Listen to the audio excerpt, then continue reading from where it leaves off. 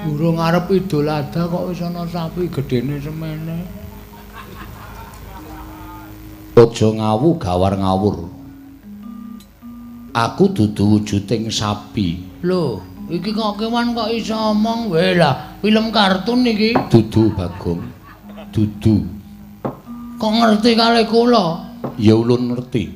Aku ngerti kelawan sira merga aku diwenangake ngerti marang sapa wae. Aku nadyan wujud handaka parandene aku ingkang tunggu alas kene.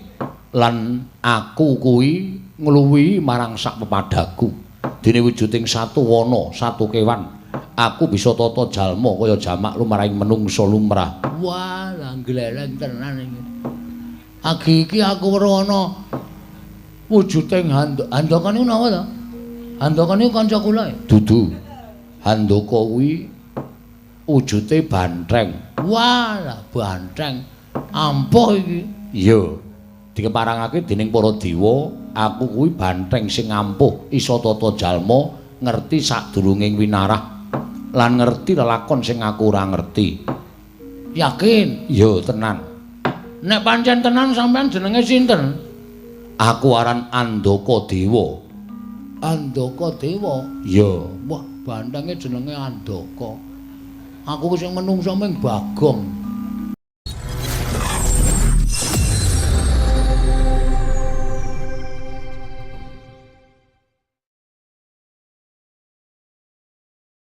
Jugar nggonku nglakoni tapa brata iki gareng karo Mas Petruk Tak goleki mubeng mingerele persasat tepung gelang kekalangan aku goleki karo kowe tinemune ketemu neng papan kene kok mapan neng tengahing alas monggo iki rak ning lengkahing Gunung Mahameru iki alas Bombong Wirayang alas sing gawat kliwat wingit kepati satu mara satu mati jalma mara keplayu kowe lunga saka Karang Kedempel ninggal karo tanggung jawab wigatine apa kok kowe mapan ana ning tengahing alas kene kakangmu aku karo kakangmu Petruk nyusul karo kowe sing wigati mung kepengin ngerti apa sebabe kok kowe mapan ning tengahing alas Gong wis sawetara retu bapak kuwi lunga. Monggo Bapak Semar ninggal Karang Kadempel ora dingerteni menyang endi lenggahe bapak. Saiki bapak kuwi isih urip apa wis ora ana, kuwi anak-anak ora ngerti. Kowe aja gawe butek kahanan sing bening lho. Kok malah kowe ninggal Karang Kadempel ki niatmu piye? Sejatine apa kok mapan ana ing tengahing alas? Terus kowe nang kene kok nyebar kembang-kembang pirang-pirang neng ngarepmu dupa menyan ratus kumendeng kowe iki nglakoni tapa? Pancen niatku aku prihatin kok, Tru. Tapa brata? Kok nggawa radio? Kok kowe ngerti? Lah iki mau lagu dayohe teko iki mau. Tapa kuwi ora entuk nggawa apa-apa. Terus saiki aku tak takon. Wong wedok mburimu kae sapa? Tapa kok nggawa wong wedok? Arep nggawa apa? Kae abdiku sing gawene leladi nyawiske uba rampe garu rasa mala dupa menyan ratus sing tak kongkon ora jane kowe iki ndek niat apa kok lunga saka Karang Kadempel? Niatmu piye? Monggo Karang Kadempel iki lagi peteng kok malah kowe lunga saka Karang Kadempel iki sirmu piye? Monggo bapak ya lunga. Wis kowe omong karo kakangmu Gareng karo aku. Nek niat kowe arep gawe saya peteng kahanan Karang Kadempel, kowe kandha wae. Nek kowe duwe gegayuhan liyane merga kowe lunga saka Karang Kadempel, kowe omongo. Aku karo Gareng kuwi kakangmu mesti bakal bantu karo kowe. Kowe nang kene ngopo lan karepmu piye aku tak takon karo kowe. Tru. Aku pancen lunga saka Karang Kadempel aku kisruh gagas bapak. Bapak lunga kok malah kowe ora neng omah ki rak ya kleru to. Mergo aku wis bunek tenan gagas Semar. Wis ana 3 sasi iki Semar lunga saka Karang Kadempel. Monggo kawula Karang Kadempel bareng koncatan Semar ngibarate kaya dene sapu ingkang ilang suwe pating slebar ora karu-karuan. Ora ana panutane. ora ana sing dienggo cekelan. Ha ta? Heeh. Terus aku mumet sirahku, aku sisan lunga saka kene. Terus nek kowe wis lunga ngene iki apa rampung perkarane? Aku nyuwun marang ngersaning Gusti, aku nyuwun marang ngersaning sing gawe urip nglakoni tapa iki selama saksuwene bapak ki lunga saka Karangkadempel, aku ki pengen nyuli karo bapak. Nyuli karo bapak, pengen tetep Karangkadempel ki dadi papan sing ayem, tentrem, rukun, ora ana apa-apa, manunggal tetunggalan. Heeh. Mula aku njaluk kekuwataning dewa supaya aku iso mbangun desa Karangkadempel lan munggahe nata negara ing Amarta. Sik. Tanggep kowe iki nuwun sewu. Gegayamu ki keduren kok. Gegayamu iki keduren wong ing atase sak kowe kok arep nata Karangkadempel luwih-luwih nata negara Ngamarta. Harepa tok lakoni tapa brata, kekuwatanmu ki ra padha karo Bapak Semar. Kose aja ngono. Sing ngerti sisteme pembangunane Bapak Semar ki meng aku. Aku ki mbiyen nyateti bapakne mbangun Karangkadempel. Mula sing wajib neruske ki ya aku. Kaya kowe ki pancen wonge pancen ya pinter-pinter ning nuwun sewu, SDM-mu rendah. SDM ya apa? SDM ki susu telur madu. Ngawur kok. SDM ki sumber daya manusia. Ha, kuwi. Ning aku ora ngerti carane. Lah terus Aku nglakoni tapa? gegayamu kedurem. Gantungkan cita-citamu setinggi langit.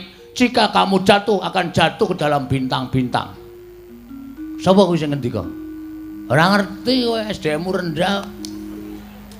Iya ya.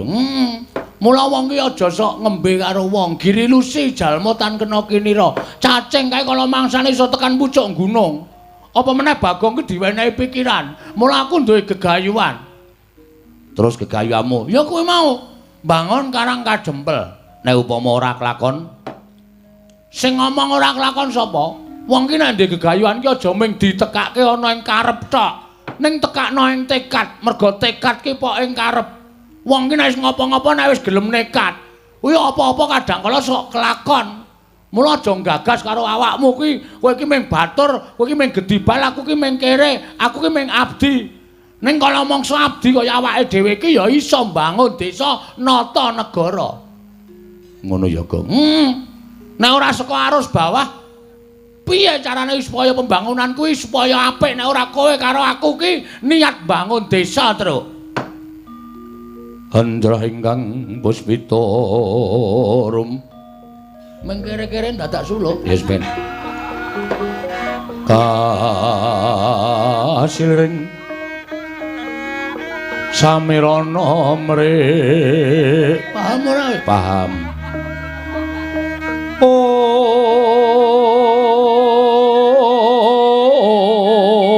Mula tare wangene iki niatku apik, Truk. heeh sekar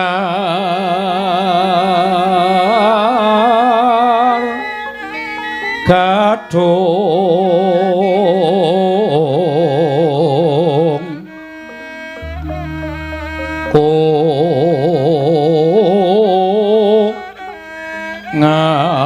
ngas gandanyo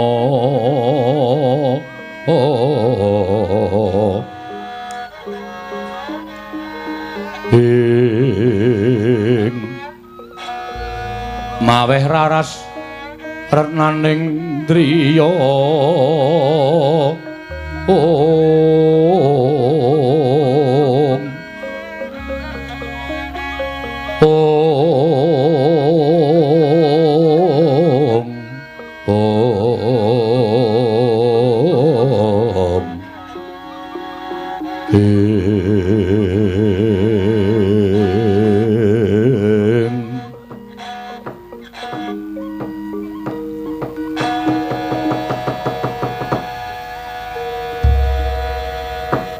nek dipikir-pikir pancen niatmu kuwi apik, Gong. Ning nuwun sewu, iki Karangkadempel ki ana masalah. Masalahe bapak lunga saka Karangkadempel. Mongko ora ana baban sing mengondo ingkang sumendhe, banon sing tinumpuk. ora ana kawula Karang Kadempel sing dipamiti karo bapak. Heeh. Lah kok kowe malah lunga. Kowe rak saya padha karo kowe ngringkihke karo kahanan Karang Kadempel to. Aku ora wis ngomong to, Reng. Lungaku ki ora nuruti karo pribadiku dhewe ya ora. Aku ki ora seneng-seneng. Aku ki ora ropian-ropian. Ning aku ki niat mrehatenke kahanan Karang Kadempel. Terus sirmu piye? Sing tok gayuh apa? Pokoke aku arep nyuwun idi palilaing para Jawata, nggonku bakal mbangun desa nata negara. Oh, ngono. Heeh. Lah mbok munggah ana ing Kayangan. Nek ngerti dalane wingi-wingi aku munggah. Nang aku ki ora ngerti dalane ki liwat endi. Jare kudu menek Ondorante. Heeh, nek munggah Kayangan ki munggah Ondorante mengko tekan Repat Kepanasan. Terus nang kono ana gepura gedhe ditunggu karo Cingkara Bala-Balapata. Lah ning kono kuwi kowe diteter entuk sowan ngersaning Sang Hyang Giripati apa ora? Nek ora entuk reget awakmu, ora suci, kowe disingkirke karo Cingkara Bala-Balapata. Ning nek resik lahir batinmu kowe iso sowan ngersaning Sang Manikmaya ya diwaning para dewa. Nah kuwi sing sulit.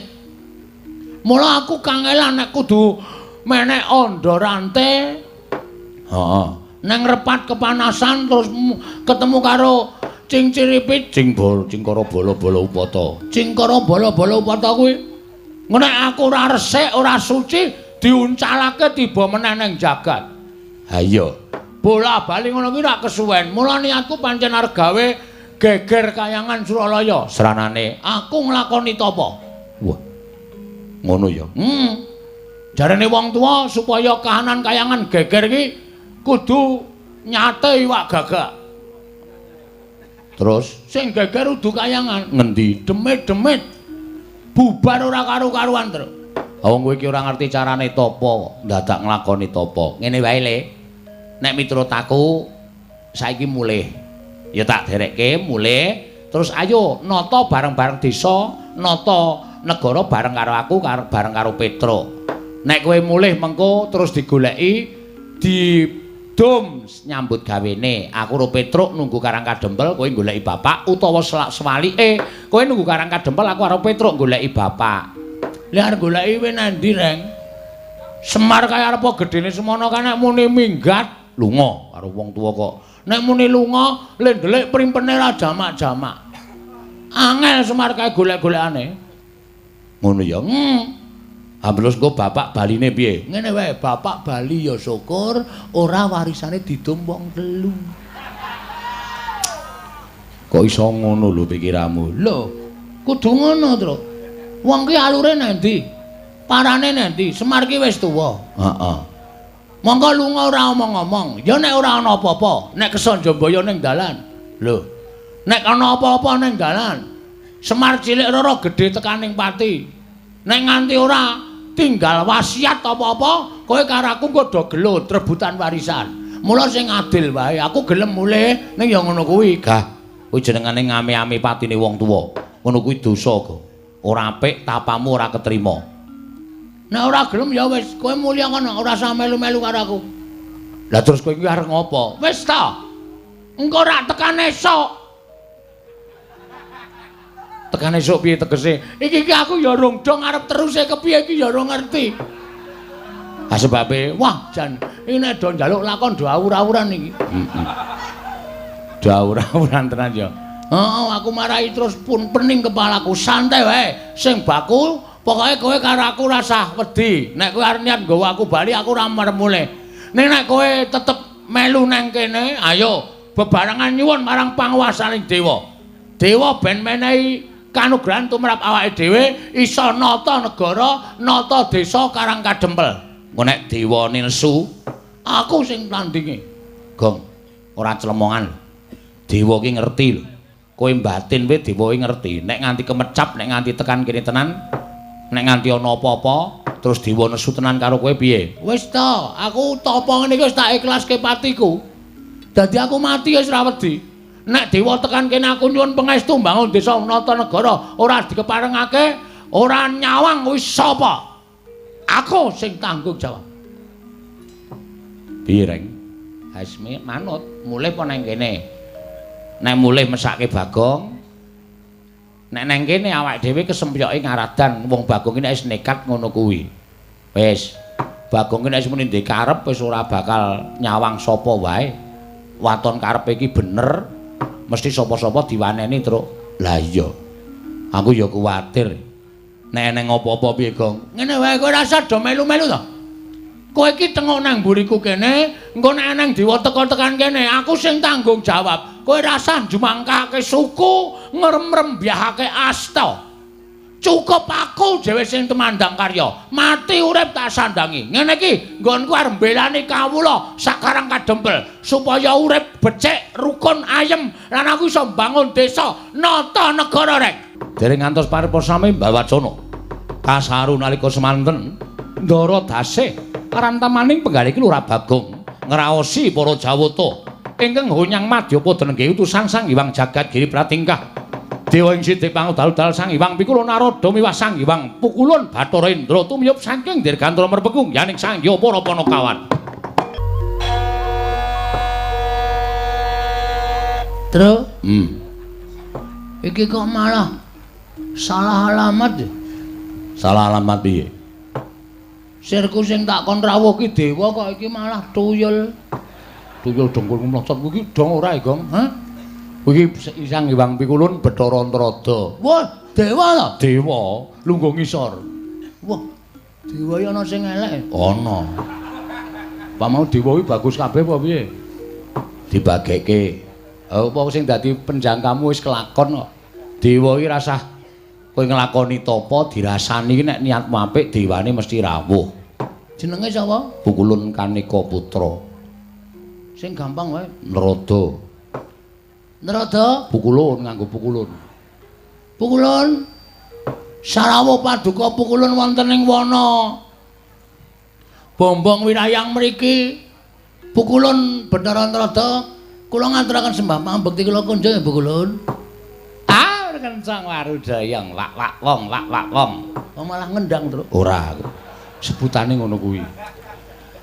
Ah, jan musuh Bagong iki nek ora tatak atine mesti rontok mau-mau. Pak Pong iki sebutane dewa, sebutane Pukulun Bathara Antarada. Wah, aku ngerti tak tungdak ngono. Iya, Bagong, slamet tekaku ning Sambikala. Kita ngaturke bekti ulun tampa pangestu ulun tampanana. Kula pun ulun ya, Tru. Ulun ki wah iki angel rek iki nek ndelangke iki ngunek SDM rendah ning dhek sing SDM rendah dhewe. Ulun ki aku. Wah, kowe ulun, ha Petro? Lho, aku ya ulun. Wah, kowe rombongan ulun. Berarti kowe karo iki padha sak geng. Ora. Ulun ki aku, kowe iki kita. Oh, kita iki ora akeh. Ora, Ming siji to? ming siji. Nah nggih Pukulun. Kula tampi akarya bombong raos sing manah ulun. Andadosaken suka marwata suta raos sing manah ulun. Dipun sekekaken lenggah kita. Kusik. Sing nganggo basa kita karo ulun ki ming jeneng ulun. Lah nggih. Kula nggih ngertos. Iya ning kita ora sah nganggo. Wah, wis ditukokke kok ora dienggo. Aja ngono, Bagong, aja gawe bingung ulun ya, Bagong. Ya wis ngono kuwi wae ya. Ah, nek ngono malah jelas. Pukulun ngaturaken bekti kula kunjuk. Ah iya nala gareng ulun tampa. Pukulun ngaturaken bekti kula kunjuk. Ya, Petruk ulun tampa Pangestu ulun tampanana ya, Petruk. Kula pun dinggo jimat paripin dayana ning kasantosan. Wonten menapa kita rawuh wonten ing ngarsa ulun, Pukulun? Ben mengke wae ngono. Aku cah cerdas e. Ah iya. Bener to? Bener wis. Pukulun nglanturi prasaja kalian panjenengan ulun. Indra piye iki? Iya lali Bathara Indra. Bagong piye? Kula ngaturaken bekti kula kunjuk Bathara Indra. Iya, ulun tampa. Pangestu ulun tampanana. Oh nggih. Wah mesake sampean sakniki dhewe we. Lho, dhewe piye? Saplose dono kalih kasino mati niku. Indra pun mboten main film. Sabar lho, Ndra, sabar. Bagong iki pancen bocahe kaya ngene iki. Nek ora tatak tanggo-tanggon atimu, mungsuh Bagong iki ketekuk-tekuk kowe engko. Iya, Bagong aku ijen. Oh nggih. Damel grup melih. Ora. Wis ora, Bagong. Wah nggih sampun. Kita atur bekti ulun tampa pangestu ulun tampanana. Kula pundi engga jimat paripe dayanana ing kasantosan. Wonten wigatos menapa pukulun Bathara Antarada panjenengan kita pukulun rawuh wonten ing wana mrepeki anggen kula nglakoni tapa brata semedi maladining. Ha iki ngene Bagong. Nggih pripun? Prapta ulun kuwi ora saka pikajengan utawa saka karsa ulun pribadi kuwi ora. Nanging ulun iki diutus dening Sang Hyang Jagat Giri Pratingkah supaya mrepeki lawan jeneng kita. Sinten niku Sang Hyang Jagat Giri Pratingkah? Bathara Guru. Hah? Bathara Guru. Jare guru kok Giri Pratingkah? Jenenge akeh, blok goblok. Jenenge pirang-pirang Sang Hyang Jagat Giri Pratingkah, ya Sang Catur Boja, ya Manik Maya, ya Jati Murti, ya Purwakanda lan sak piturute kuwi jenenge akeh. Sapa kuwi? Bathara Guru kuwi. Berarti nek ditulis nang ngarep omah dawa banget ya, Tru. Ora usah ditulis. Kae lho ana tulisan lurah titik-titik ngono kae nek Bathara Guru kan dawa banget. Wis to, gek dibageke tak keplak mutar kuwi. Kuwi iki dewa ya tok sepelekke. Dewa cilike. Ming semono. Wah, aja sembrono. Dadi prapta ulun iki diutus Sang Hyang Bathara Guru. Wow, berarti sampean asisten guru.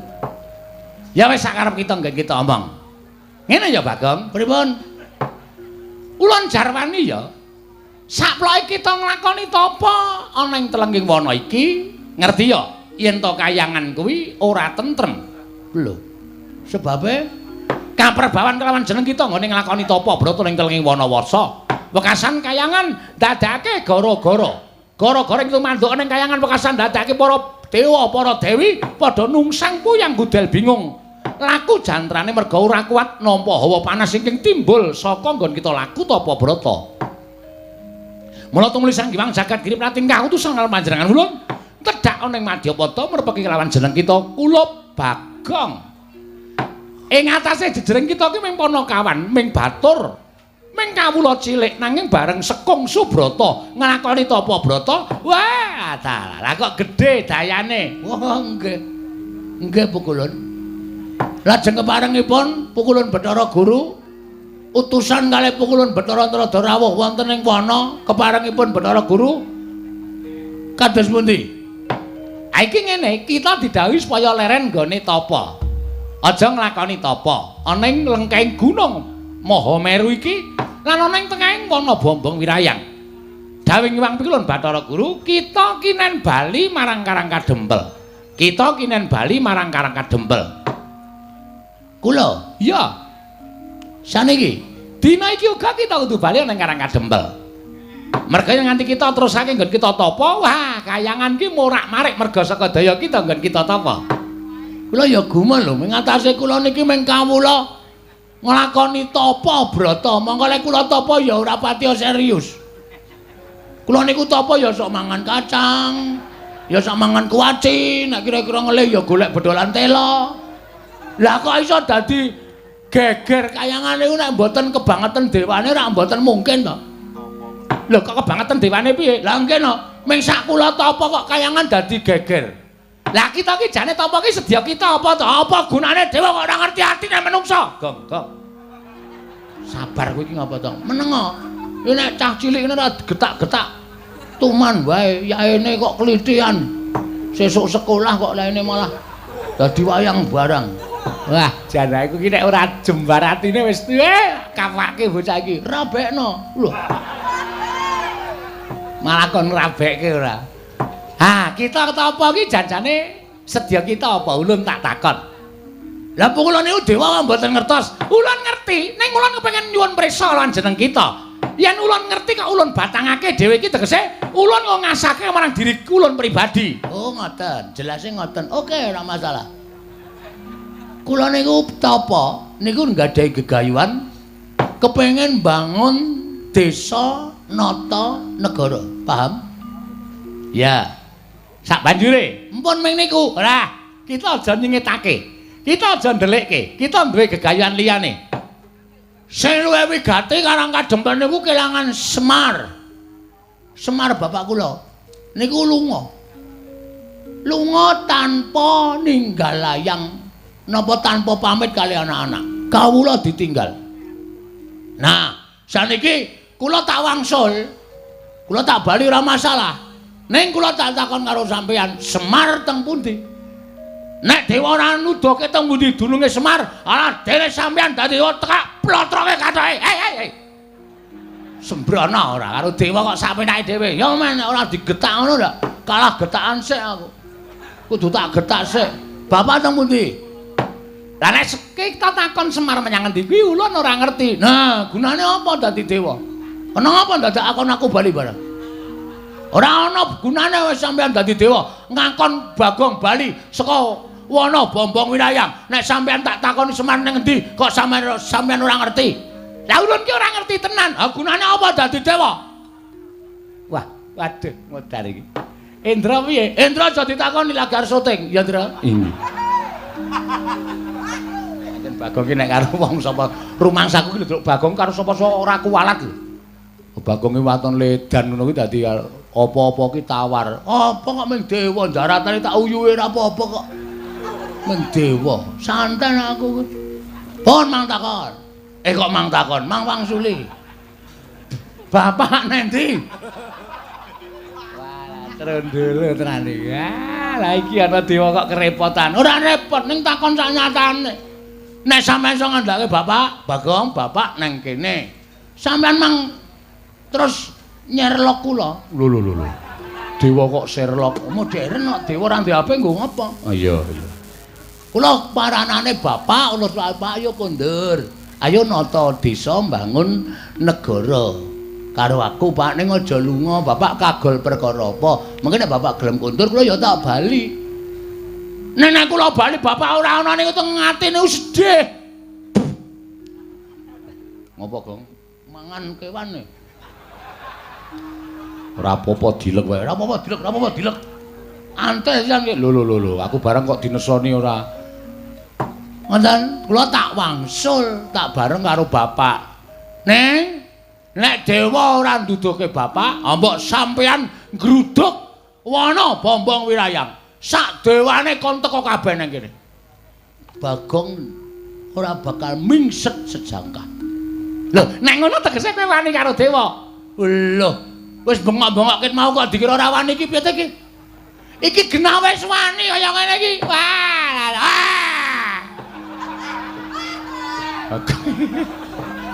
Wong cecok ditantang omahe. Papak pong ngono kowe. Papu bong. Awakku mun kaya dadi ora kuwalat ngono lho. Wah, cilaka tenan nek carane kaya ngene iki, ha, Jan. Ha iki terus aku lari goleki bapakmu nendi? Ha, bapak diatur kondur sik teng Karang Kadempel. Nek bapak mboten kondur teng Karang Kadempel, yakin kula ora bakal bali. Lah nek kita ora gelem bali, ula ning ngruda paripeksa. Weh, kena pasal kowe. Lho. Pemerkosaan itu dilarang oleh negara. Ngruda paripeksa kuwi padha karo pemerkosaan. Bagong rasa tok perkosa. Aku pasrah. Ah. Padha wae ora kok malah aku pasrah ora. Ngono. Ngruda paripeksa karo Bagong nuwun sewu. Rawe rantas malang tak putung. Mangane Bagong kelangan bapak, Bagong ora iso sida mbangun desa nata negara. Gunane apa kula urip teng alam padang nek ora migunani tumraping wong liya. Ora ana gunane. Amba ulung kula modar cemplungke kawah Candra Dimuka kaluan ring ngrasake mbangane urip. Ora ana gunane uripe Bagong dienggo wong liya. Ora ana gunane Bagong urip ning alam padang pukulun Bathara. Sapa kowe? Ah, lali kok. Aku krungu keploki dadi lali. Krungu keplok kok dadi lali. Sapa, Tru? Kaneka Putra. Kaneka mawarna-warna. Kaneka Putra. Kaneka Putra, ya Bathara Antarada. Jenengmu pira? Lho, oke. Ayo sapa wae? Lho iki kepiye to wis geger kaya ngene kok dadak takon jeneng. Aku iki gek ngomong kok. Nek wis bengok-bengok kaya ngene kok ora ana tindakan bablas. Niatmu piye? Nek arep gawe Bagong bali ora gelem ya sampean gek nesu, ngono lho. Wah, tutuk sepatu sisan kowe. Nyile sepatune tak ngruthuk kowe. Lho. Nyile sepatu kok ngruthuk sing duwe karepe piye? Indra, wonten dawuh iki Bagong piye kaya ngene iki, Indra? menungso ora tatanan panos maning jajalan sukertaning baone iblis lanat Bagong. Nun. Kowe ngerti Iwang Pilunarada kuwi sapa? Maksude? Iwang Pilunarada kuwi sembaning para dewa. Kami tuwaning dewa. Oh, Modin. Udu. Kami tuwaning dewa kuwi dewa sing sepuh dhewe. Selagine para dewa wae wedi karo Iwang Pikulun Bathara Narada kok kowe nyamah marang asmaning Iwang Pikulun Kanika Putra. Apa tegese kowe bakal ngembari marang panguwasaning para Jawata? Boten ajeng nyamah. Ning nuwun sewu, kabeh niku kudu ming sak traju. Nek akon wong mule kula dikon bali niku gampang. Kula bakale bali, ning kula ya iso ngaturke syarat. Kula ya dikeparengake ngaturke syarat. Syarate waton dewa iso nemokke Bapak Semar, kula tak mule. Yakin kula ora arep wani karo dewa. Nek Bapak Semar ora ketemu, anggen nyuwun ngapunten kula ya ora gelem bali. Yen kowe ora gelem bali kowe wani karo dewa. Nuwun sewu apa dewa ki ora entuk diwaneni ya. Apa dewa ki ora entuk diwaneni? Dewa ya menungso lho, Mas. Dewa ki mung ora kedunungan pati ning iso ngrasake lara, isih iso mangan, isih iso ngombe. Dewa ki dadi kapercayaning sing gawe urip nggo niti priksa marang mobah musik para titah. Aja dianggep dewa iki dhuwur dhewe derajate terus menang idak-idak wong cilik kaya Bagong ngene iki. Wah, aku kok merinding, Truk. Lambene turah kok wis aku. Aku yo tap-tapan terus. Ngono. Do mundur nek ora wani, ora usah do melu-melu. Lah, kowe nanti Aku ora arep lunga. Iki bungkusanku. Arep do dibuka enake iki nggo sangu ta apa e? topo kok nggawa panganan ana molen barang Ngelih. Ngelih ora. Ora dipangan lho, ora. Ayo teruske. lho. Iki rumangsaku aku malah bingung mungsuh Bagong. Pancen tak gawe bingung. Terus karep sampean pripun? Yen ngono kowe ora gelem bali. Mboten.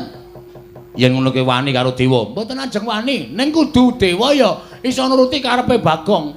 Ora mung kudu karepe sampean sing dituruti. Niku kudune ora adil. Sampean niku piyais nang dhuwur, lenggah nang dhuwur. Sampean ya iso kudu nuruti kawula cilik kaya kula. Kula tak nuruti kekarepan sampean. Niku jenenge imbang.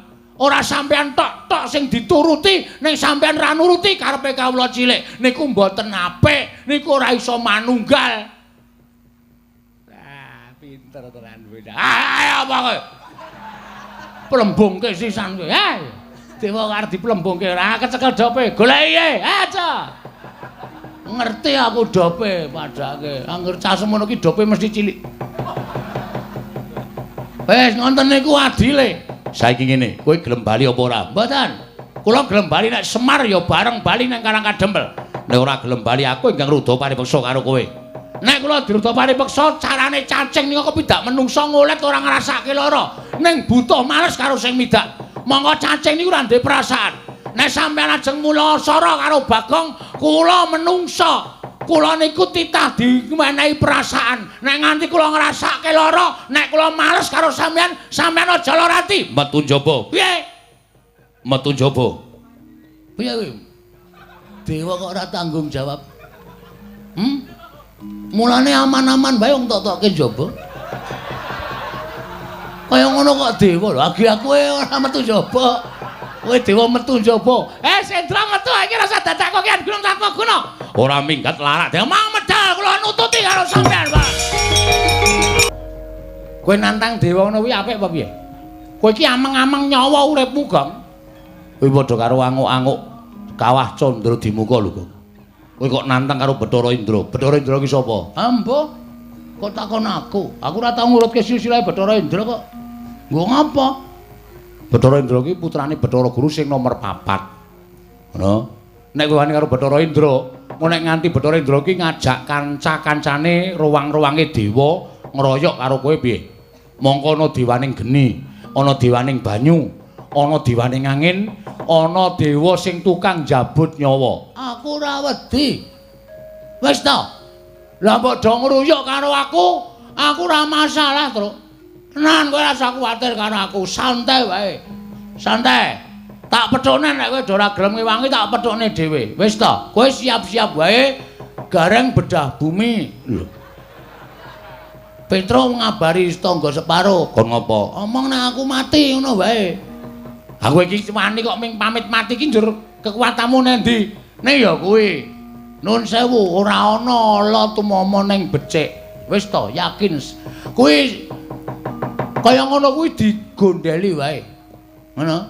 Wong tumindak ala ora bakal tumama ning becik. Wis to. Dadi aku tumindak kaya ngene iki aku mbelani karo bapak, aku mbelani karo kawula Karang Kadempel, mbelani karo kawula negara Ngamarta sing kepengin tak tata lan kepengin tak bangun. Mula tak anggap niatku ki apik. Nek dewa mudhun ngagro-agro kekarepane Bagong ki padha karo dewane sing arep ngisruh karo aku. Lah, saiki mung kari gumantung lehmu nintingi sing bener sapa, sing luput sapa. Kowe saiki wong tuwa iso milahke. Nek sing tok arani bener aku ora usah kuwatir, bener ki ora bakal kalah. Ya sak karepmu ning aku ora ngewangi. Aku ora butuh tok ewangi kok. Kowe iki ora ndek kekuatan kok. Wis tanganmu ceko, sikilmu becik, matamu kira, matamu kuwi. Nek kakane kok matane kira ora. Ha ora, kowe iki ngewangi lho ora ana apa jenenge iki, apa undakane apa-apa. Lah nek Petro kuwi ngewangi karo ora iki aku rumangsa ana kekurangane. Kowe ngewangi ra, Tru? Aku wedi karo dewa kok. Hah? Aku wedi karo dewa. Alah dene le gagah. Wanine ngeplaki sirahe bojone. Nek karo wong padha-padha lanang kok ora wani. Kok ngono kok. Walah. Ana tuku daster kono. Gek rok-rokan wae ngono. Karo dewa kok ora wani. Kowe wani apa, Gong? Sing tak wedeni apane? Terus iki piye? Tak wethuke, ora usah kuwatir. Kowe do ngasuh kono. Ya. Ngasuh ya? Ya. Engko nek kowe mati, aku gotong nggo bali. Oh iya. Ngono wae pakaryanmu. Nek aku menang kowe melu gleleng. Oh iya. Penak ta? Heeh. Ora rekoso tur kepenak lemu tumandang. Ya. Kono gareng mulih kono. Nek kowe mati, wis ora usah mikir aku mati. Wis to, ora nek mati. Aku nek mati yakin wis to, wis ora usah kuwatir. Ora tekan 40 lemu nylameti. Mergane pitung dinane kowe wis nusul aku reng. Dengkulmu mlacet. Ngedeg-degi senengane. Wak tratap aku ora. Ya sing ati-ati ya, Gong. Wis ora usah kuwatir, pethoke dewa-dewane terus. Ya.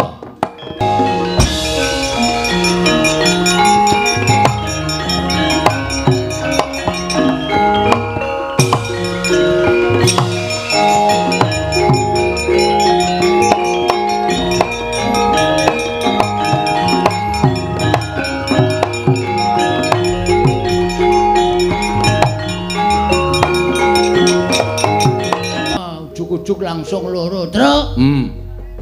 Mungsuhe loro ya, Truk, rene, Truk. Ya. Ora usah kuwatir, pokoke nek kono telu, adhiya telu, kono loro adhiya loro. Ah, ngono.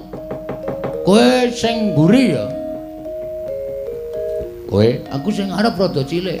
Oh. Mungsuh kok milih-milih ora. Bathara Indra. Ya, Bagong. Ndas pundi Mukulun? Aku tetep nampa pengendikaning Wang Pikulun Bathara Antarada kinen nyingkirke karo kowe. Kowe kudu bali saka lengkeng Gunung Mahameru. Ana ing saka ngaras Bombong Wirayang. Lan aja mbacutake nggonmu nglakoni tapa. Ya, Bagong kowe bali yo. Ora gelem bali kowe ngerti, ulun sapa? Ulun Bathara Brahma. Wo, Bathara Brahma. Heeh. Dewane ngapa? Dewaning geni. Wo, ngambil reke. Lho.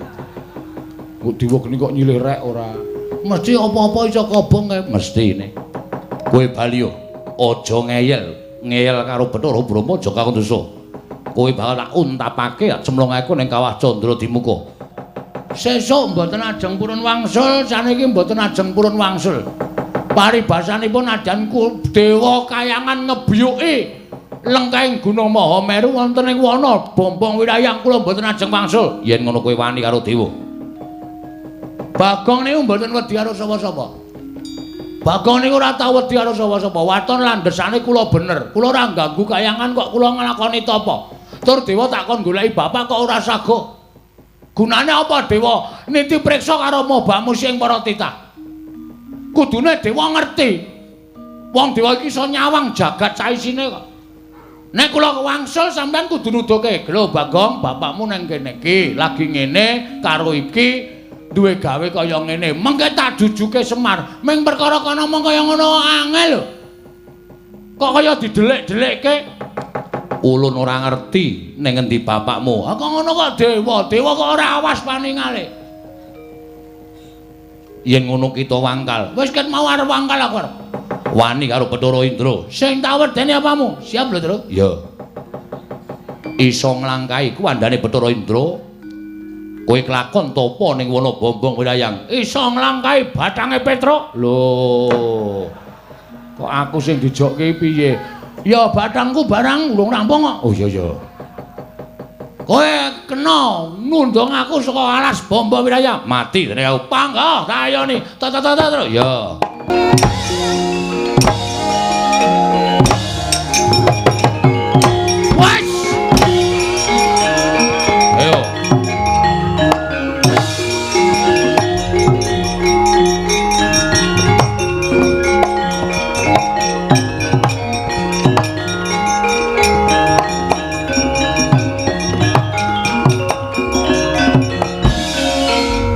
Apa, Gong? Kok kaya wong girap-girap? Asem kok dewa iki ampuh tenane. Ampuh piye? Ngantem aku dies mumet aku. Jambak rambutku diantem ra iku diel. Kontal aku ora masalah. Bathuk menyonyo ngono kok. Ha iya ditonyo Bathara Indra.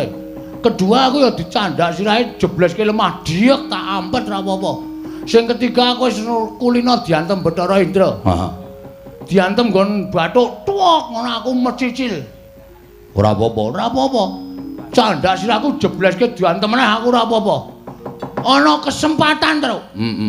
Tak candak tangane set tak dunke sit. Lah kok ngantem wis kaya tenagaku atoke kabeh. Torindo gletak jengkulmu atas. Lah piye? Ora kena. Lho. Ora kena. Kayane kena, ning ora kena. Kuwi jenenge aji lembu sekilan. Ketoke kena ning kurang sekilan. Dewa iki do goblok. Lho. Aku duwe aji lembu sekilan wae tak guang kok, Tru. Mergane, wah, kowe nek duwe mesti geton kowe. Kayane kena ning kurang sekilan. Geton aku. Tak buang kok ya isih do dienggo. Lho, gunane ngono kuwi saiki delok. Kowe ngantem ora kena to. Wah iki mati tenan awake dhewe terus. Ha iya, dewa wis tak omongi ampuh kok kowe ngeyel. Ning mesti ana kelemane, ana pengapesane. Aku yakin sak ampuh-ampuhe wong mesti ana pengapesane.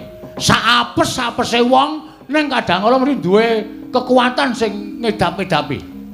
Terus, mbok kowe omong. Nek wis tau domongi bapak aku dikandani. Kekuatan kelemane dewa iki endi? Nek jarene bapak biyen jaman suwe banget aku tau dikandani. Nek kowe mungsuh wong utawa sing derajate dhuwur, kuwi aja ngungkuli karo derajate wong mau. Tegese kowe nggonana lekmu dadi kawula. Kowe mungsuh dewa kuwi papane ning kayangan nggon. Gong. Nek nganti kowe ngantem dewa kok nggon dodo apa nggon rai, ora kena. Merga pancen wis mesti derajatmu ki sak ngisore dewa. Terus jarene bapak nek mungsuh wong sing didaya kaya ngono kuwi ling ngantem dodo medun. Kene ngene. Meteng mesti kena. Kene mesti kena. Entuk wong kuwi ngisor dodo kok. Wah, mati kowe. Wis ngantem sak tutuk-tutukmu acan, ndak tak slentrek ora mules, aja tundang Bagong lekane.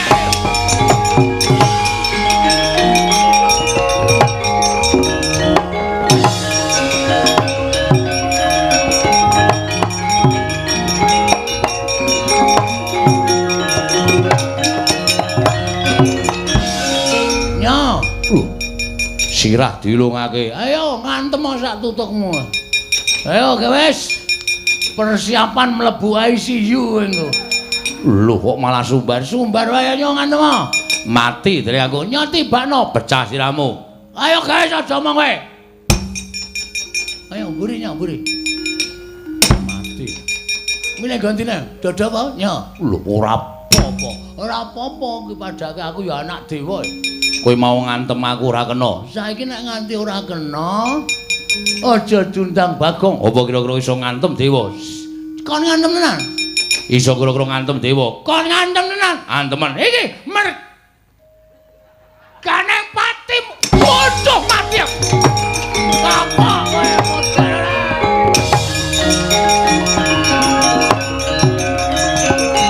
Mati ya. Bodoh. Bodoh.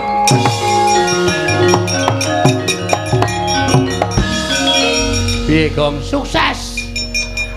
Jos wis. Pantem nganti suarane mapuk. Langsung wetenge dicekel mules kae. Oh to. Santem nggon apa? Nggon saklar. Nggon saklar dengkulmu ora. Sono Bathara Indra le mlaku ngobeng kae ngoten. Ayo sambat ta we. Amo Suramata, Jamrata ing banyen Pancak Badaya. Candhak kowe kancamu.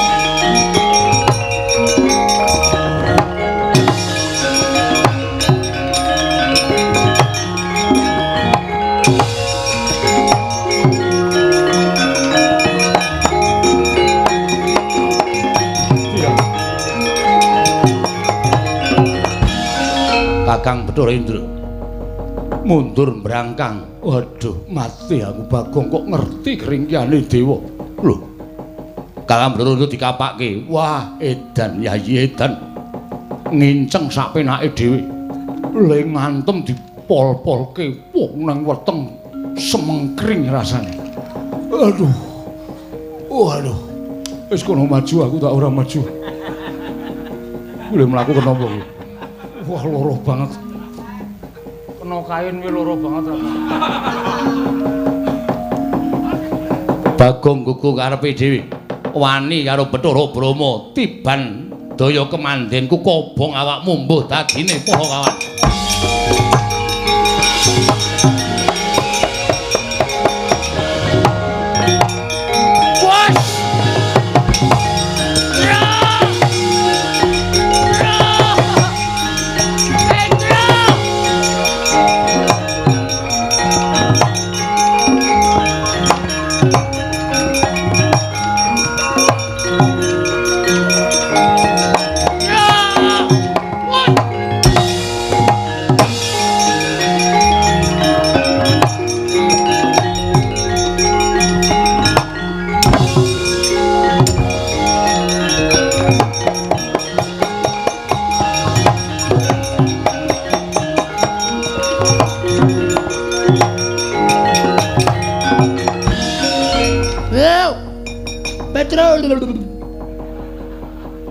Kowe iki ra iso renang to, Gong? Ra iso. Aku di ra iso renang, mesti tak uncalke ning kali. Nyatane genine Bathara Brama nyemplung kali ra yo blebes kabeh. Lho, ngene iki lho ajar renange lho nginggak lho. Sikile ngisor dipancalke. Modar, Truk. Selamat modar. Ya kene, tak gendong kene. Nah. Ha, mantap.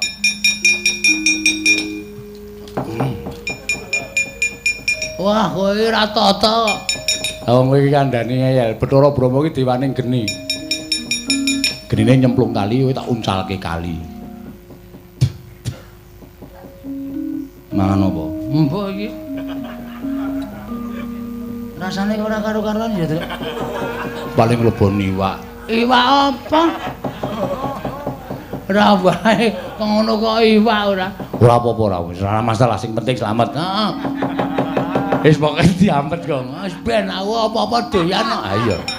Canggleleng kok. Hei, Bathara Brama rene kae. Yo, aja ngubal-ubal genimu kowe mo. Lho. Masa apa? Brama. Ayo, ijen padha ijen tangan kosong karo aku. Maju kok. Oke. Ajare lah.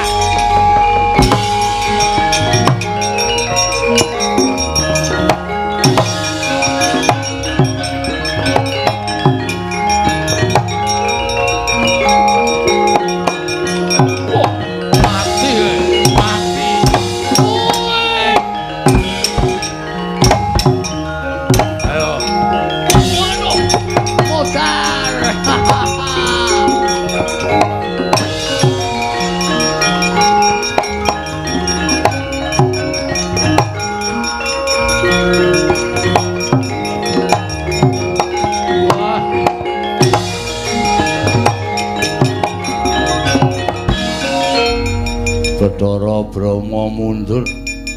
Oh ladal. Bagong pancen ora kena dijum sarana aris. Wani gawe begering para dewa. Oh konangan Yama Dipati jabut nyawamu mbut adine pati. Oh.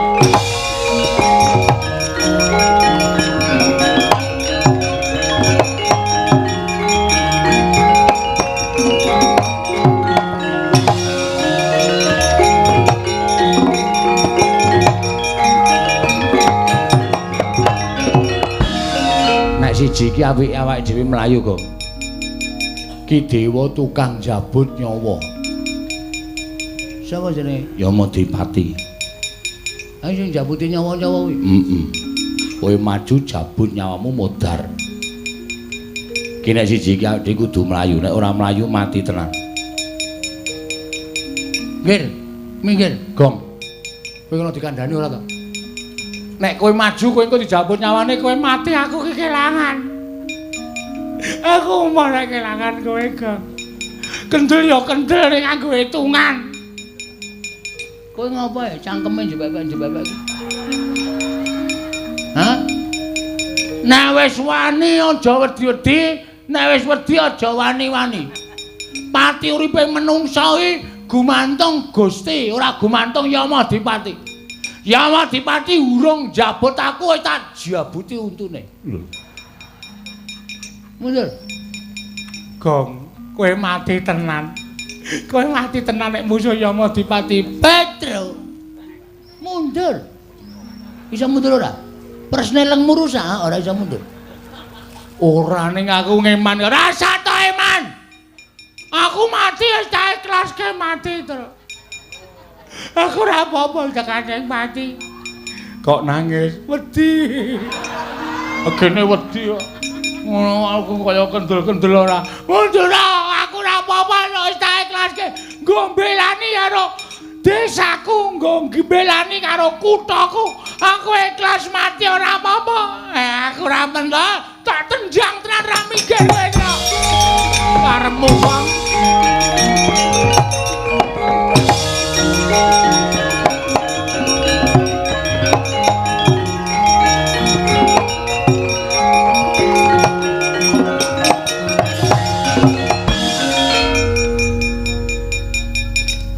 Sing tukang jabut iki ha. Jabut nyawa. Ora mbok nyawa mbok apa sing penting kowe tukang jabut to? Iya. Ayo arep ngapa kowe? Kowe gelem bali apa? Ora. Ora gelem bali jabut nyawamu. Piye? Jabut nyawamu jabut. Jabutan. Kowe iso jabut aku, bumi langit tangkep mati tenan aku. Wis candhak sirahmu, sendal nyawamu. Wis. Hei. Hop. Wah, angel banget ta iki. Ayo, iki nyawa peret ki kaya ngene iki. Ora bakal iso tak jabut. Wah. Ngono.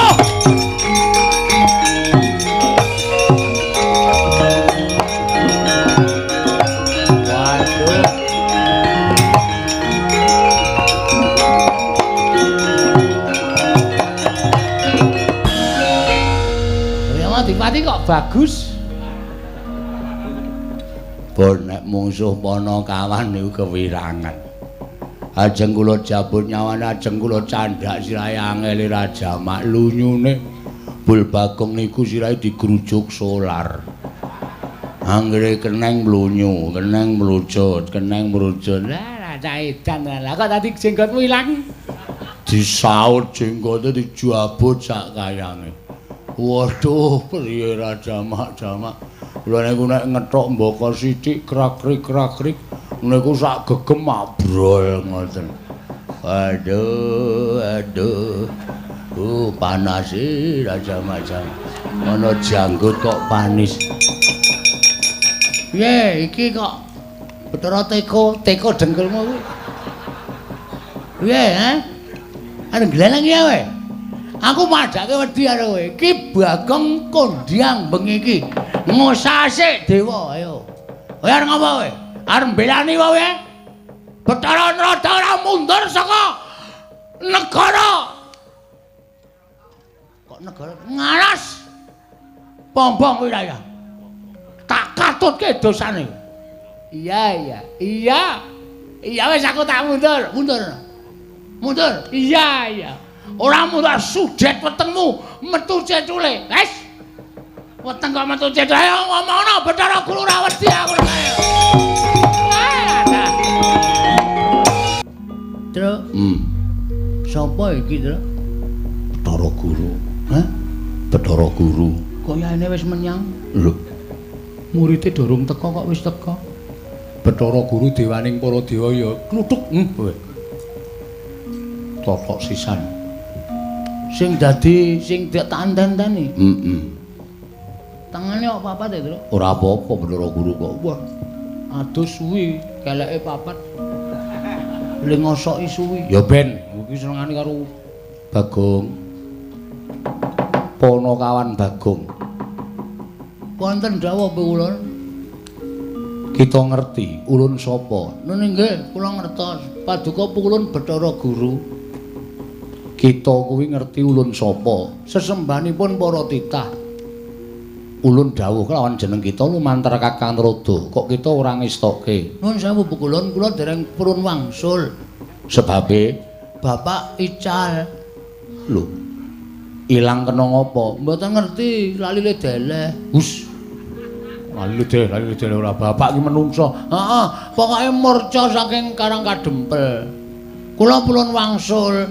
Merga kula ya ndek gegawan kepengin bangun desa, bangun kutha. Iya. Ning kudu bareng karo Bapak Semar. Nek Bapak Semar mboten kondur, kula ya ora arep mulih. Kita ngerti, kita laku tapa ning wana Bombong Wirayang kuwi gawe geger kayiwangan. Mula tumeli ulun urusan kelawan para dewa ngundurake kelawan jeneng kita. Kula mboten purun wangsul. Kita wani karo ulun. Mboten. Lah kok kita emoh bali? Tesih kerasan teng mriki. Kita bali yo. Mboten Bu Kulun. Yen kita ora gelem bali tegese kita wani karo panjenengan ulun. Nyuwun pangapunten nek panjenengan pun dikon kaya ngoten monggo mawon. Ning kula mboten ajeng wani kalian dewa. Ngene wae Bagong. Pripun? Yen kita kuat nadai daya kekuatan ulun, kita bakal ndak keparangake topo ning Bombong Wirayang. Nah yen kita ora kuat nadai daya kekuatan ulun, kita bakal kendang kapracondang mbuh menyang endi tibane. Yen perlu tiba kita bakal dadi sarana tekaning pati. Pun ngoten mawon malah prayoga, Gong. Ora edan kowe iki. Kowe piye to, Gong? Menenga. Oh minggat bae kono. Senengane ngegol-goli wong ora. Kowe nek kena daya kekuwataning Bathara Guru kontal, kowe tiba sirahmu ketatap padas, pecah. Modar kowe. Truk. Nek bapak ora mulih, aku mati ra apa-apa, Truk. Wis kono kowe mulih kono. Kono ngurusi anak-anakmu kono. Aku tak mati ra apa-apa. Ning nek kowe mati tenan aku kelangan. Wis to, santai. Rasa kuwatir engko bapak kon gojek karo simbok men simbok meteng meneh. Engko terus anak-anak aku kaya aku ngene iki, ngono kuwi. Rasa kuwatir to? Moh, aku moh, Gong. Wis, kowe nek ora gelem minggir malah tak nesoni lho. Kono mulih kono, Gong. Wis kowe santai wae. Arep tak rasake kaya ngapa to kekuatane Bathara Guru iki. Iki ku jane ra ndek kekuatan. Nek ndek kekuatan mesti dadi Bathara dosen. Hus. Iki kan biyen ning guru terus gajine ra mundak-mundak. Ketiban guntur geni guntur angin. Mbuh tibamu Ponokawan Bagong. Pun mang tibake nek pancen ajeng nimbake guntur geni guntur angin pun monggo. Kula ikhlas mati ora apa-apa Bu Kulun. Kene marganing pati kita Ponokawan.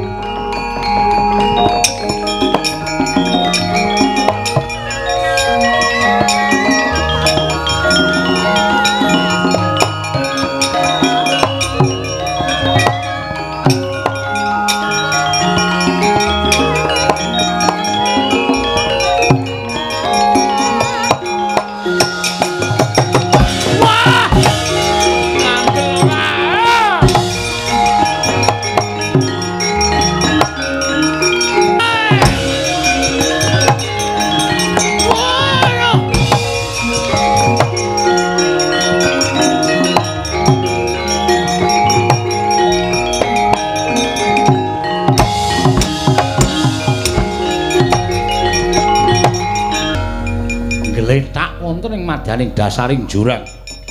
Ki Lurah Bagong nalika semanten mestaka ketatap padas. Mila datan eling Purwodaksina. Wonten telenging wana gung liwang-liwung. Parandening mangke dereng dipun mangertosi wonten pundi wana winastan wana tuwin papan pernahing Ki Lurah Bagong nalika semanten eling-eling wujuding punakawan ingkang dugal kewarisan winawang dening dewane nadyan dawah wonten tengahing wana parandening mangke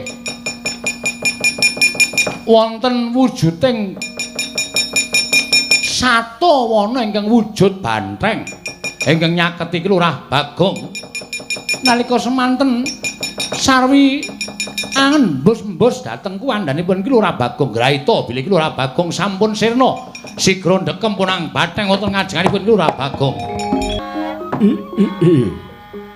Ya jagat Dewa Bathara, ya jagat pangestu Ngara Wiladala.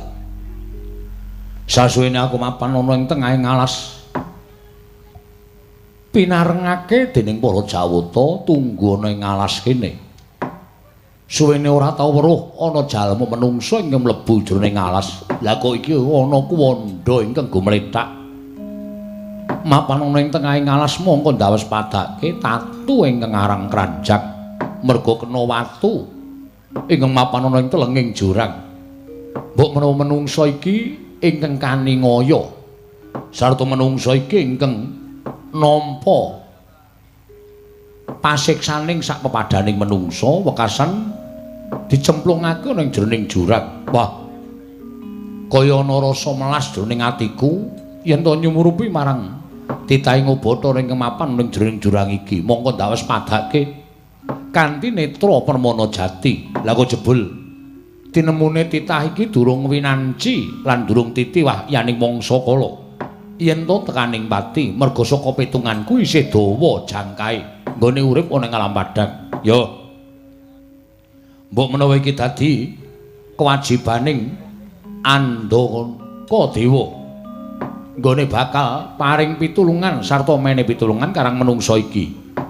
Ndak suwunake marang purbaning Wang Mahanasa, ndak suwunake marang purbaning para dewa.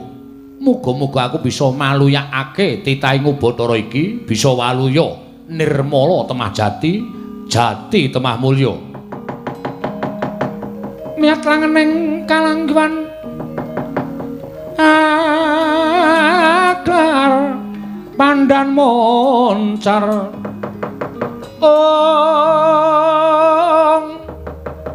tinoner kekonang surem sorot etan padang kasor lan pacaring purnameng gegono dasari mangsa katiga kocap kacarita nadyan wujud handaka parandening mangke kasinungan kaseten linuwih tanpa beda selama ing jalma menungsa sigra nyaketi Ki Lurah Bagong nandhang raga dataning Purwodaksina sedaya tatu dinilat dening Ponang Andaka nengging aran Andaka Dewa saged waluya nirmala temah jati jati temah mulya Ki Lurah Bagong kakyat kadra wekasan nengging Ki Lurah Bagong wau.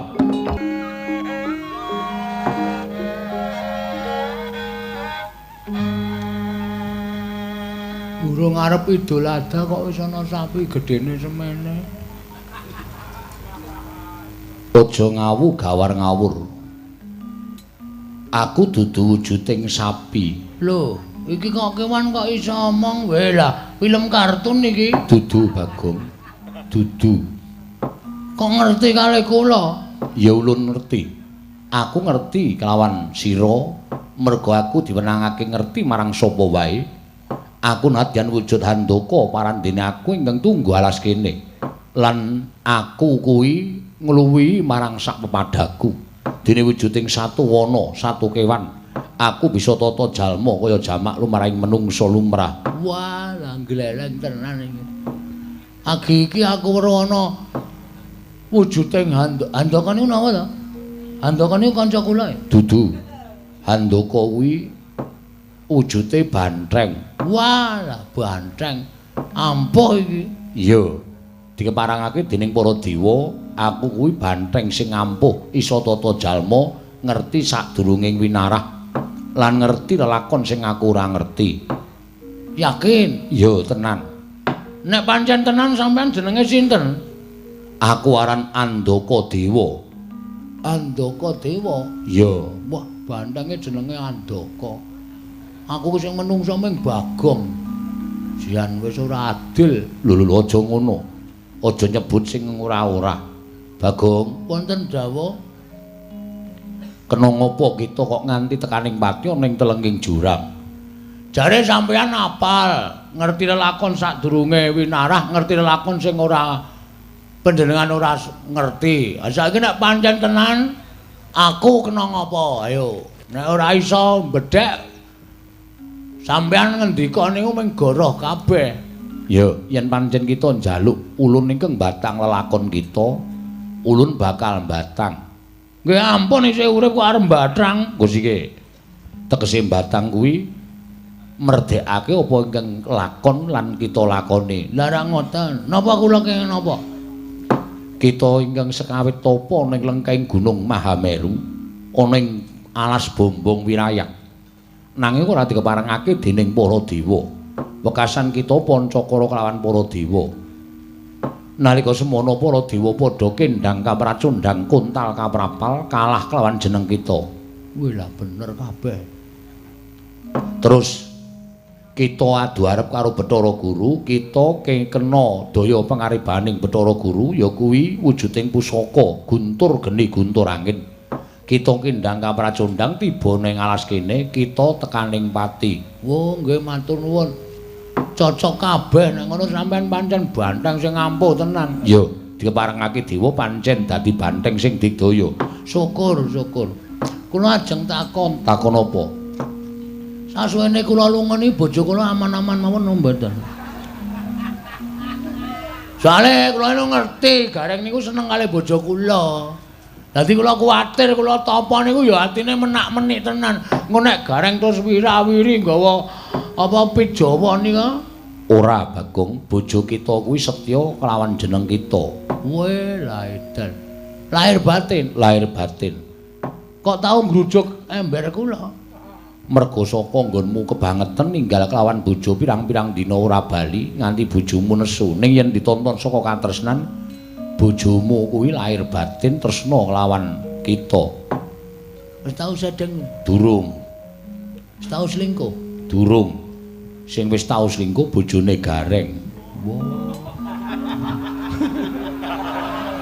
Mula kok bojone Gareng anggere sore le macak lambene nganti kaya wong mamah godhong jati. Abinge ra jamak-jamak. Karo sapa? Karo Semar. Weh. Tak sudet tenan wetenge Semar nek pancen Udu. Pokoke kita ora perlu ngerti. nggih, matur sembah nuwun, matur sembah. Aman nggih pokoke. Iya. Ah sak banjure nek pancen sampean ngerti niat kula niku jane pripun? Bagong, Wonten dawuh yen kita bakal bangun desa nata kutha kuwi sayekti panjangka ingkang becik. nggih. Ning gandeng kita kuwi mung ijen ora duwe kekuatan sabab Semar lunga saka Karang Kadempel. Lho, sampean ngerti bapak kula bareng to? Ngerti. Wo lah den bandeng ampuh tenan iki. Iya, Bagong. Nggih. Tulung nggih. Anu napa? Nek pancen sampean pancen ampuh tenan sesuk Bupati ale wakile bupati didadekke pisan nggih. Iya, ulun dadekake. Nggih, matur nuwun. Ampuh tenan. Iya, Bagong. Lah terus bapak lunga. Iya, bapakmu lunga. Lungane teng pundi? Aku ora wani nuduhake merga iki isih sinengker dening panguwasaning dewa. Wo. Lah terus Gegayuhan kita ingkang kaya mengkono mau sayekti ora bakal bisa kelakon yen tanpa wong atuamu. Nanging uga ora bakal bisa kelakon yen to tanpa pambiyantuning para Pandhawa. Pandhawa kuwi bendarane wong atuamu. Ngene Bagong. Wong kang bakal bangun desa, bangun kutha kuwi sayekti kudu gumolong manunggal tetunggalan antaraning bendara utawa kawula. Ana ingkang nyebut manunggaling kawula lawan Gusti. kawulane manunggal kelawan Gustine tetunggalan sengkut gumegut padha bangun desa lan bangun kutha. Kamangka dina samengko tumrap aku bendaramu Pandhawa kuwi nedeng kelimput. Sebabe ing atase pamomonge ya kuwi Semar Badranaya lunga saka Karang Kadempel. Lah kok dadi para Pandhawa ora gumregah, para Pandhawa ora budidaya, para Pandhawa ora sumedya ngupaya menyang endi dununging Semar Badranaya. Malah enak-enak kapinak lenggana ing negara. Kanthi cara mengkono cetha yen to Pandhawa durung bisa manunggal kelawan kawulane ingkang diwakili dening Semar Badranaya. Mula kang sangka kuwi wajibe Pandhawa kudu dielingake, wajibe Pandhawa kudu diumutake. Terus sinten sing ngajeng ngumutake para Pandhawa? Tanuli kejaba mung kita Bagong, merga kita ingkang wani kelawan para Pandhawa lan kita ingkang wani matur apa anane marang para Pandhawa. Yen Pandhawa ora dielingake, mengko mundhak kebablasen. Kanthi yen to nganti kebablasen kita ora kelakon bangun desa lan bangun kutha. Para kawan Bagong. Gonjang ganjing langit kelap-lapaton lir kincanging risang mawe gandrung waduh jan pundhen kula Andaka Dewa panjenengan pancen wasis tenan. Iya jalaran lamun Semar ora timbul dadi wakiling para kawula sayekti samengko apa ingkang kita jangka ora bakal kasembadan. Panjangka kita kudu nyuwun palilah kelawan Semar Badranaya apa dene para Pandhawa. Terus niki apike pripun? Miturut saka panemuku ayo kita utawa sira Bagong ndak kanthi sowan ing negara Ngamarta. Yen perlu Pandhawa yen pancen ora eling sarta ora gelem ngupaya menyang didununging Semar Badranaya. Bagong ndak keparangake ngamuk ana ing negara Ngamarta, aku ingkang bakal anjampangi sarta menehi kekuatan kelawan sira Panakawan Bagong. Ridho mangawur-awur wurahan tengaraning ajurit gong maguru gongsa tetekaya butula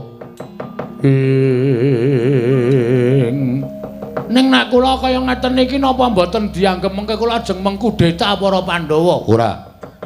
Kita aja wujud Bagong. Terus kula wujud napa? Manut karo panjenengan ulun. Kita bakal ulun salini. Salini wujud napa? Mantenga ciptamu Bagong. Bagong, wonten Jawa. Jane bakal ulun salini wujud satriya ning jebul raimu angel dipermak. Wis jan cilaka iki.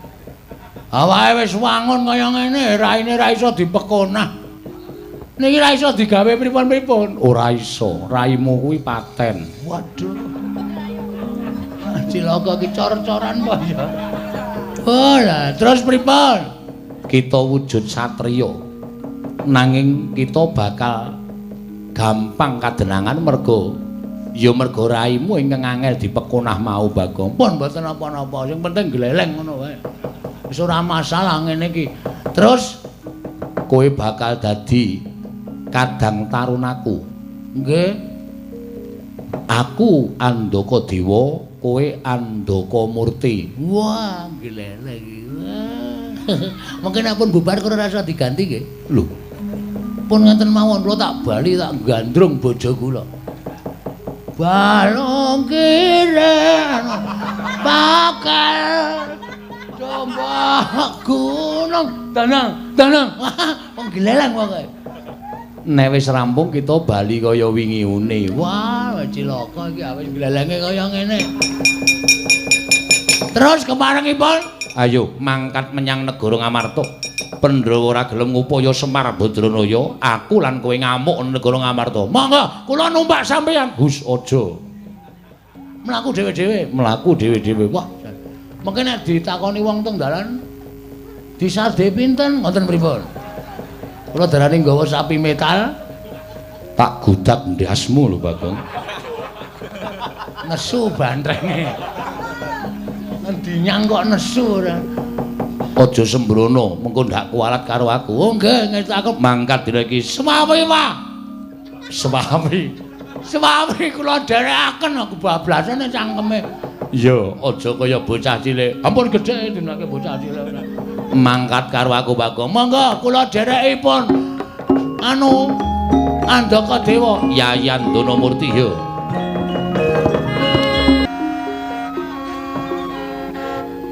Koko Prabu ngaturaken panuwun ingkang tanpa pepindhan dene paduka Kanjeng Koko Prabu sampun kepareng rawuh wonten negari Ngamarta namung ngandadosaken gumun raosing manahipun ing Raka Indrawati teka para Pandhawa ngaturi rawuhipun ingkang Raka sowan wonten negari Ngamarta dadak mawi nawala menika mengku suraos kados pundi Yayi Koko Prabu krana Pandhawa boten saged anilar praja ing Ngamarta sakathahing kewajiban ingkang tumpuk matumpa-tumpa dereng saged paripurna kedadak wonten lampan ingkang adamel Pandhawa sakmangke kedah ngrawuhaken paduka Kanjeng Koko Prabu. Lalampan menapa Yayi? Werkudara. Nggih. Mara kowe ingkang matur kelawan Kanjeng Koko Prabu Indrawati. Nangapa dadak aku? Si Hadi uga matura sarta uruna penemu urun rembug kelawan perkara iki. Kresna kakangku. Werkudara piye? Bener ngendikaning barep kakangku sing paring dawuh. Akeh lelakon ingkang tumanduk ning praja Ngamarta. Wekasan dadak utusan Caraka, utusan Ayaka ngaturake nawala marang praja Indrawati. Mungguh wigatine ngrawuhake Kresna kakangku. Ngendikaning barep paring dawuh ana lelakon ingkang elok-eloki ingkang dumadi ana ing praja Ngamarta.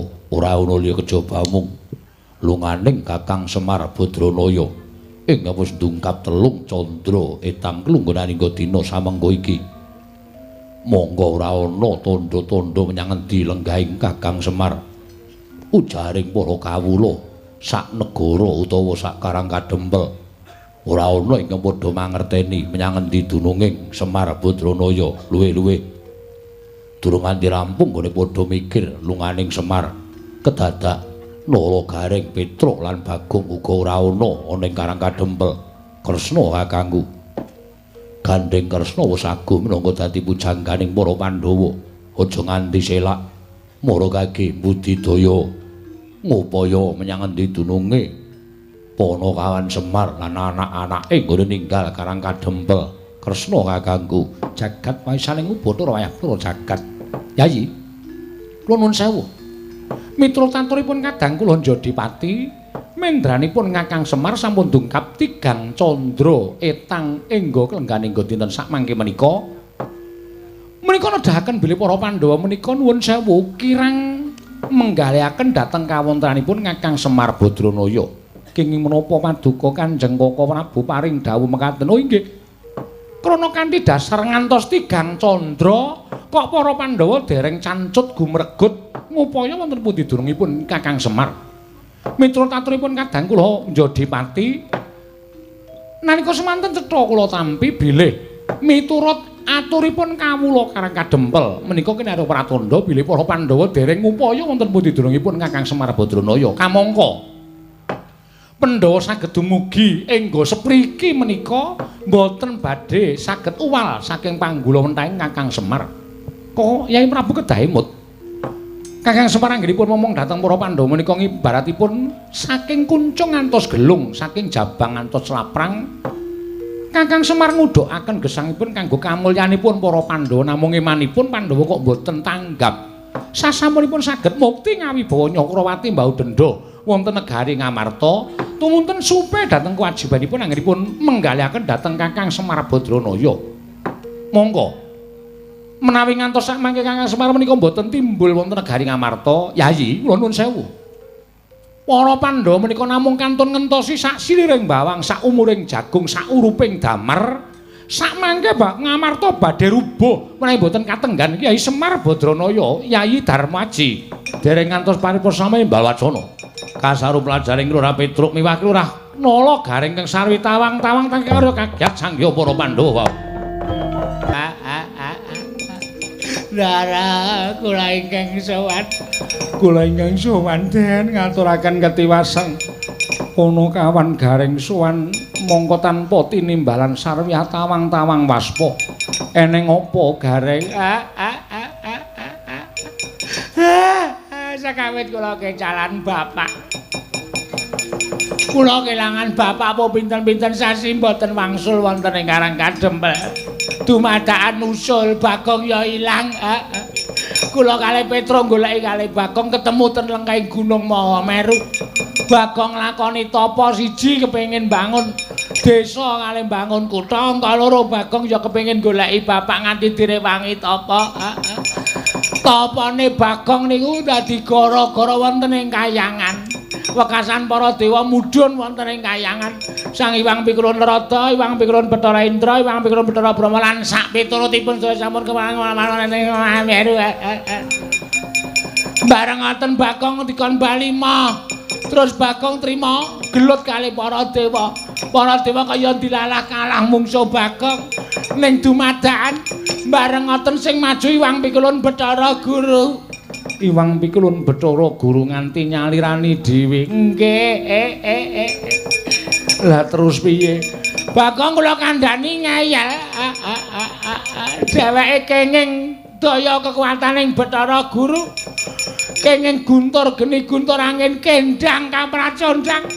Bagong teng pundi saniki mboten dipun mangertosi. Kula sumanggaken. Jagat pasane ngubut ora wayapura jagat. Lah kok dadi malah tekan Bagong barang sing kesempyoke ngaradan merga lungane Kakang Semar Badranaya. Wah, gareng. Bagong mati apa urip? Duka wong kula ora ngerti tibane teng pundi. Kowe kakangne kok ora goleki, ora nututi. Ado banget kontale. Tenan pitil sikile. Kula ya ora ngoyak ya ben. Petruk sing jangkayu mbok ora nuruti karo adimu. Ora entuk karo gareng. Cangkeme Petruk ora ana. Ora ana wong entuke kok ora ana wong ra entuk kok padune kowe iki nyalahke wong tuwa ora. Wah, Kresna kakangku. Saya kaya ngene kahanan sing dumadi ana ing negara Ngamarta. Piye kahanane? Sinuwun kula ingkang sowan sinuwun takon ketiwasan. Pati Andakawana sowan tanpa tinimbalan nggih ngaturaken ketiwasan. Eneng apa Pati Andakawana? Mugi andadosa ing kawinangan mboten kanthi kanyana-nyana. Wontenipun Andaka wujuding bantheng ingkang ngamuk punggung Suratamtaha Nirbaya Nirwikara. Mapan wonten ing alun-alun negari Ngamarta anyumbari dhateng sedaya para Pandhawa wela dalah Werkudara Arjuna aja kaya bocah cilik Yayi.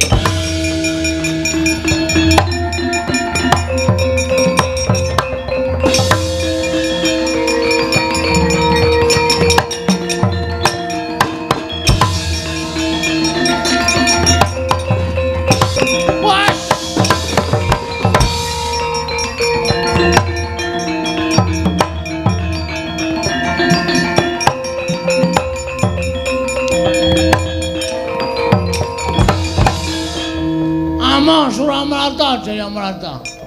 Iki kadange Andaka Dewa, aku Andaka Murti. Pandhawa ndi Pandhawa?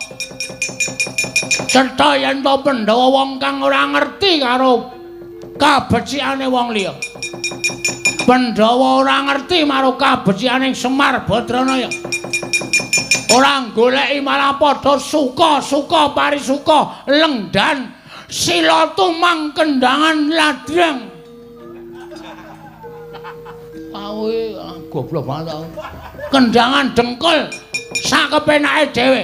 Endi bales budimu karo Semar Badranaya? Ora padha goleki Semar, Andaka Murti ngamuk punggung Suratamtama Surawiyaga. Mati dereng aku legane kali.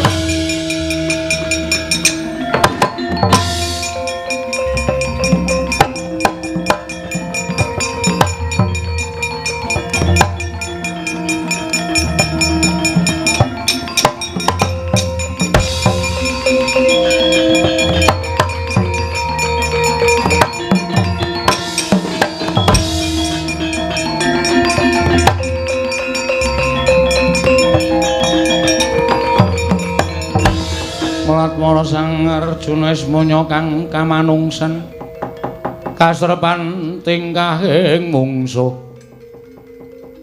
Iki sapa? Takon karo aku. Satriya Kleang kabur kanginan.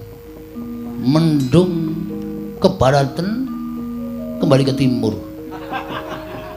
Ing endi tibaning kono papandunungku? Raden Andaka Murti. Kowe sapa? Jenengmu Janaka ngaku. Ngerti karo aku. Ora aneh. Sapa-sapa ngerti karo kowe. Merga kowe kulino mlebu nang layang kabar. Apa ya?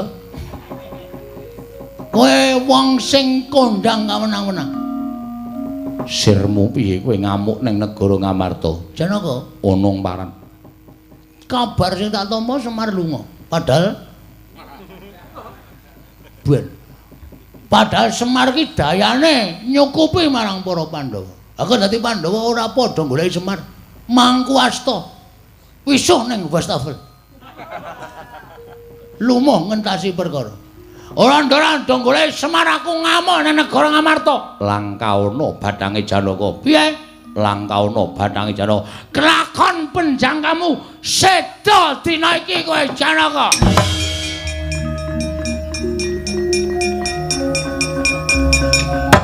Wah!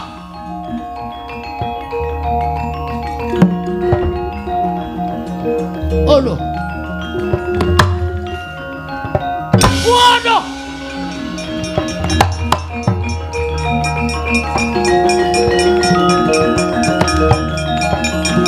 What?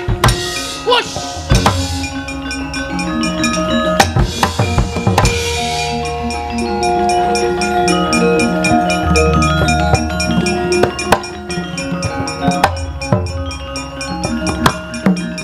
Hoi! Ah, kapusan kowe. Ocer. Ah. Hoi. What?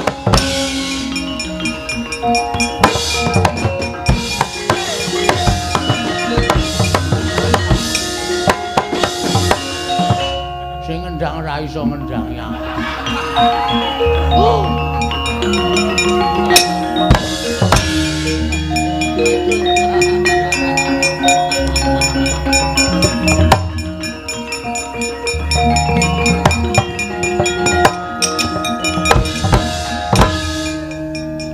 Janaka wonten dawuh tiba saka Dirgantara sing ngamuk wong edian. Wong edan piye? Monggo Kakang Mas kula aturi mapakaken piyambak. Wah, deploke ndase.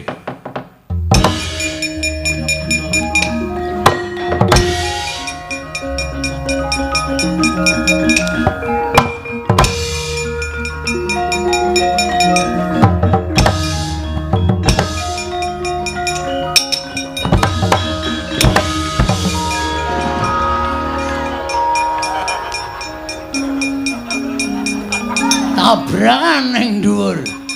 Ayo padhake ora. Rumangsamu tronton mungsuh pikep. Aja mundur Werkudara.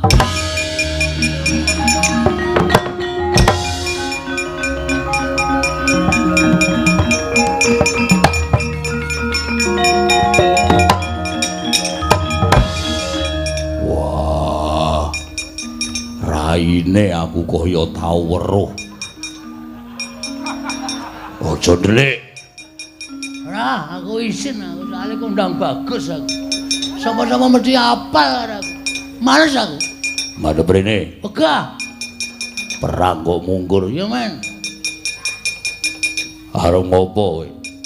Pandhawa goleki Semar apa ora? Wah, iki madhep rene. Heeh. Lah, aku kaya apal. Aduh. Iki nek kesuwen konangan iki aku. Pandhawa ora goleki Semar mergo akeh kewajiban. Tegese Pandhawa ora tresna karo Semar. Nek Pandhawa ora tresna karo Semar, sapa sing arep ngayomi karo para Pandhawa? Kowe kok cerewet kuwi jenengmu sapa? Andaka Murti. Andaka Murti. Ya, Saka endi? saka Pacitan. Ben sak-sake pokoke. Kleang kabur kangenan mendung ke baratan. Mendho goleki ora. Ora goleki tak amuk negara Ngamarta. Waduh plok dasmu. Ayo. Wah!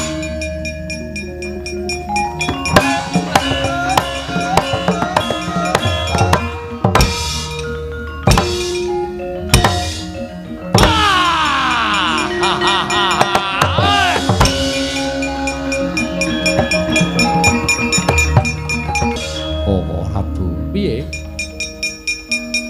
Sing nekani negari Ngamarta ingkang ngraman Ngamarta menika sanes tiyang. Lho, sapa? Wong edan. Kaya apa rupane ning kok kaya ora iso mikir.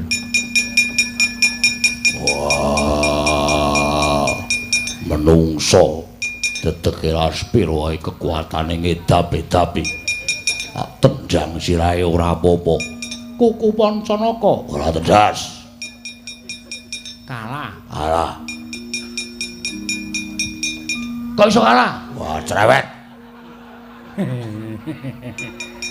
Mboten. Ya nek kalah mundur kono. Yo. Wah, batur ing getak-getak. Kalah yo kalah. Cerewet. Mboten kok. Mboten apa?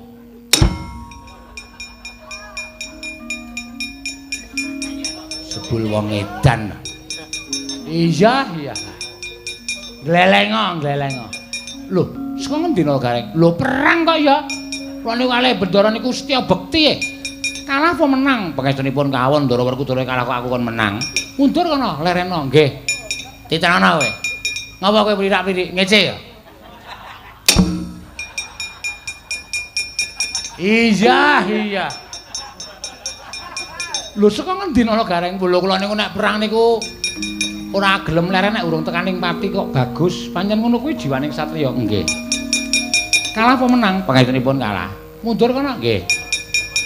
Apa truk ngece meneh kowe? Mlirik ya. Cah ki metu ngendi to? Oh, tudul desa.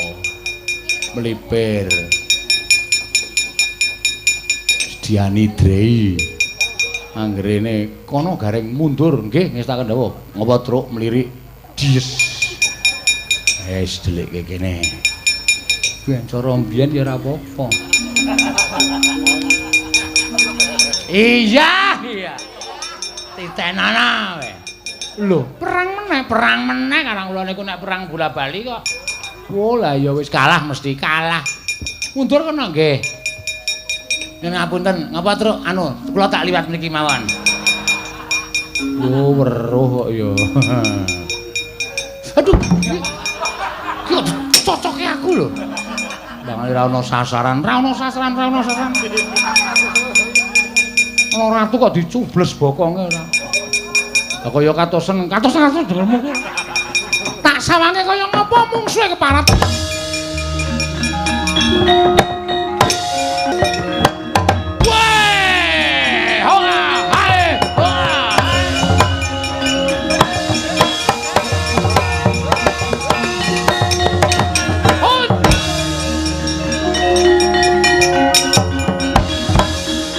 Jagat Dewa Bathara. Jagat Dewa gedhe tur dawa. Wonge dantenan iki. Janaka kok ya pangling, Werkudara kok ya pangling ngono lho. Lah nek kowe musaku, aku ora pangling karo kowe. Kowe sapa? Lho. Kok ora ngerti karo aku lemu dadi satriya urung suwe apa? Waduh, nenggel iki kata-katane. Iya. Iya, pancen tak ngerti aku karo kowe. Sapa nek pancen ngerti? Kowe Prabu Kresna. Ratu ing Ndarawati. Ya Prabu Narayana. Ya Prabu Padmanaba. Ya Prabu Padmanemtu. Caidan. Ora edan, jenengmu sapa? Andakamurti. Waduh, Andakamurti jeneng anyar. Anyar ya men bar tuku kok cerewet. Lho kok karaku kok wani, Werkudara kalah karaku, Janaka kalah karaku. Wangi-wangi wong loro sisan kene. Ajar ku andamu, wani karo aku. Sing nawedeni apamu? Lho, aja niroke. Ya men karo aku. Mati dening aku. Mati. Mati lho apa? Kowe mati dening aku tibane senjata cakra. Oke, Ramayana tibakno. Aku mati, kakangku Kakang Andaka Dewa ngamuk. Lho, kakangmu ki sapa? Andaka Dewa. Saiki nendi? Nang angkringan. Lho. Kok tekan angkringan barang ora usah kowean bebangaken ayo. Kowe apa aku sing tekane mati dening aku panggal ta. Oh, titenono.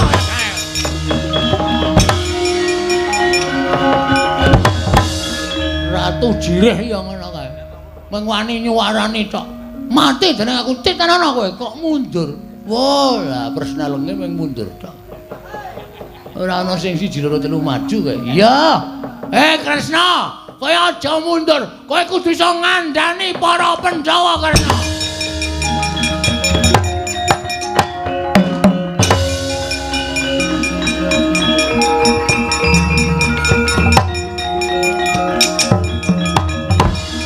Petro, non.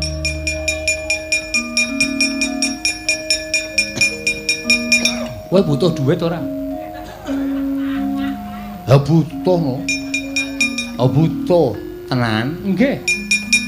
Nyo tampanono. Nggih. 100. Kresna kok maringi ming 100 sih?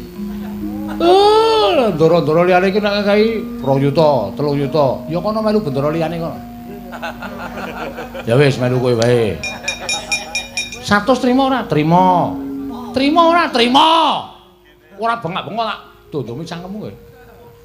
Ning ana syarate. Syarate Andaka Murti kae patenono. Kraman kae patenono. Ora iso mateni 100 bali 600. Wis ngono, masa burung.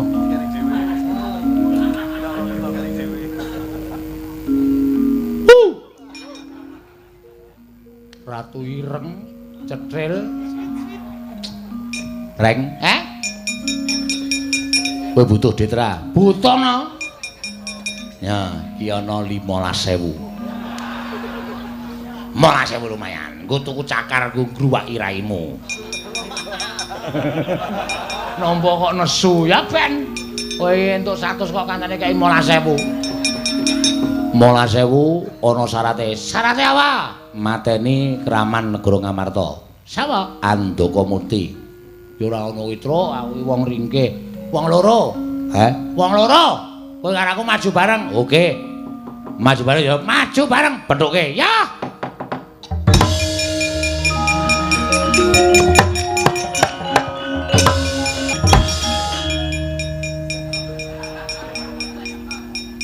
Sapa iki? Andaka Murti. Wis apa? Aku Petruk. Pangkatmu? Batur. Sorry, tidak level. Sik.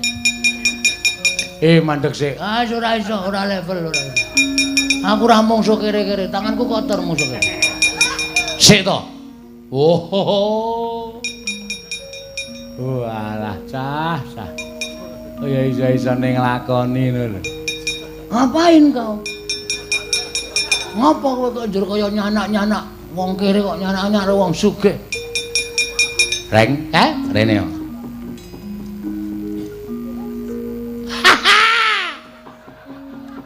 Wah, apa sandangane apik ora ini ra iso dipermak kaya. Raine ra iso dipekonah piye-piye sing pletot kaya ngono kuwi. Hus! Begadang. Berdagang ora tata kok berdagang jangan berdagang. Keparat ngarepe dhewe. Sapa wae? Petruk. Sing mburi? Oh kelinci. Kelinci mancal raimu iki apa piye? Nala gareng. Pandhawa ndi? Kon nungkul ning ngarep aku, ora nungkul sirna merga lae. Ngerti ra itu? Kok kaya bakok. Kita ya. Ngadrek. Ketorone sarunge mampu pertamak. Lah kok ora sok kulaan to? Ora greneng-greneng. Sirmu piye? Karepmu piye? Sirku ngene iki, ora minggat samplok lae.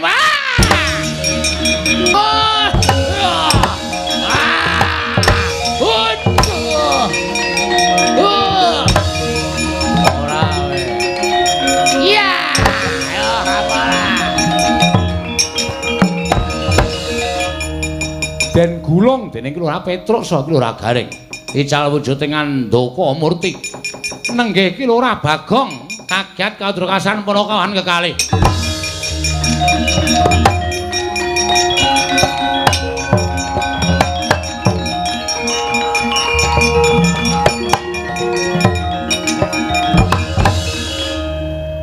Ngapa Igong dadi satriya barang? Sing dandani Andaka Dewa. Andaka Dewa sapa? Banteng ning ampul lho, tenan. Nek ngerti aku badar ngene iki mesti ngamuk sapa sing arep Renggalangi. Oh, arep golek Joko Tingkir apa? Beda ceritane. Bayang ra ono Joko Tingkir. Joko Tingkir ngopo? Joko Tingkir karo boyo kok. Wah. Endi ya lali aku. Aku ora ngerti sejarahe gobloke. Wong iki sing nyekeli kae dudu Joko Tingkir. Sapa kae? Kae Ki Ageng Pemanelan. Ndasmu. Omalangan ndas-ndaske kowe iki mbelokke sejarah sak penake dhewe kae sing nyekeli baneke Baron Sekeber. Oh Baron Sekeber ki sopirku kok ngulu megap-megap lho. Anggere turu kok karo sound system banter ling ora. Jejuli lemah wae cangkeme. Mangkelake tenan. Heeh. Kae pokoke banteng terus kae. Lah mungsuhe sapa, Gong? Aku ya ora ngerti. Sinuwun Kresna Kondene. Sinuwun Kresna Kondene. Sing awani akon sapa? Kowe iki ya ngawur wae kok. Timbali Petruk. Iya. Den, ngopo? Timbali Petruk. Dapure Petruk nimbali aku. Ngopo? Enten banteng ngamuk. Mungsuhe sinten? Coba tak tontone Kaca Paesan Petruk. Wah, nggih ditonton Kaca Paesan, nggih.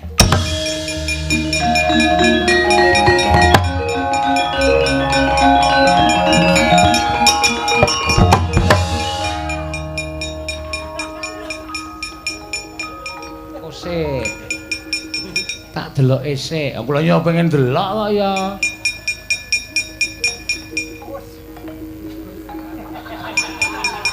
Wela dalah. Oh, lah kok iso dadi kaya ngono. Welo kok andang semono ya. Iso dadi kaya ngono kok andang semono. Ora ngerti le melare. Edian tenan. Waduh. Kowe iki edan ora? Ha pengen weruh kok. Petro, Nun. Kyai Prabu Darma Kusuma gendongen nggih. Mungsuh banteng kae. Oh nggih, ngestaken dawuh.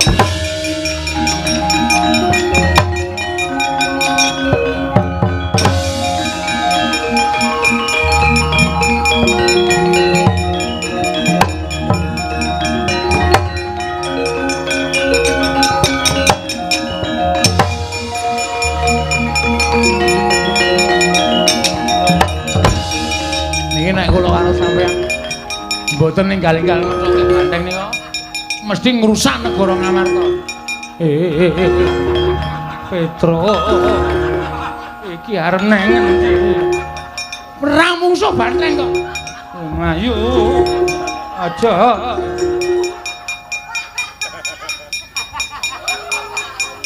Kono kawan ki nek awur-awuran tak ngono ae. Lah wong ratu kok ling gendong kok dilewatke jeglongan-jeglongan. Nganti Yayi Prabu Darma Kusuma ling ngendika kaya wong wah. Petro alon-alon ora cah edan kowe kaya ngono kuwi ratu e padake.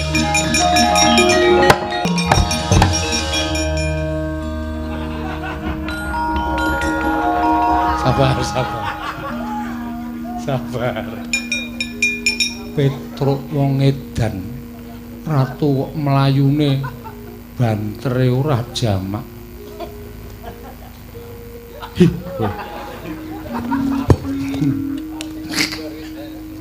Ratu kok ngantem kok ming.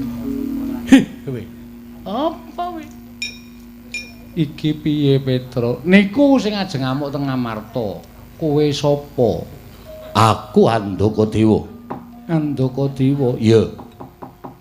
Wigatine Ngilingake marang para Pandhawa, gandeng Pandhawa koncatan pamomong. Mula Pandhawa kudu ngupaya menyang endi dununging Semar Badranaya. ora usah ado-ado Pandhawa nggone upaya Kakang Semar. Kakang Semar, ndak suwun sampeyan blaka wayen to wis jeleh momong para Pandhawa. Puntadewa uga ora bakal urip ana ing alam padhang Kakang Nayantaka.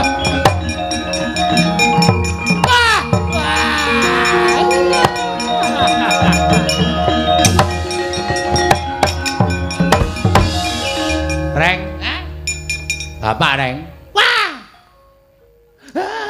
Gemes. Ayo. Woi. Ngapa lunga barang? Ya ming nyoba bendaramu Pandhawa kuwi tresna raku apa ora. Wah, kiaiane. Petruk aku arep lungane wae, Petruk. Aja reng, ora disiksa. Wah. Gemes aku ora. Lu kok bokonge tambah gede? Ya ben.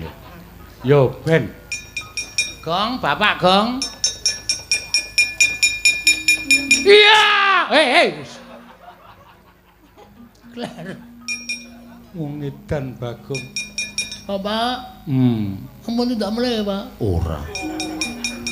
Aku sayang Bapak. Iya. Aku juga sayang Simbok.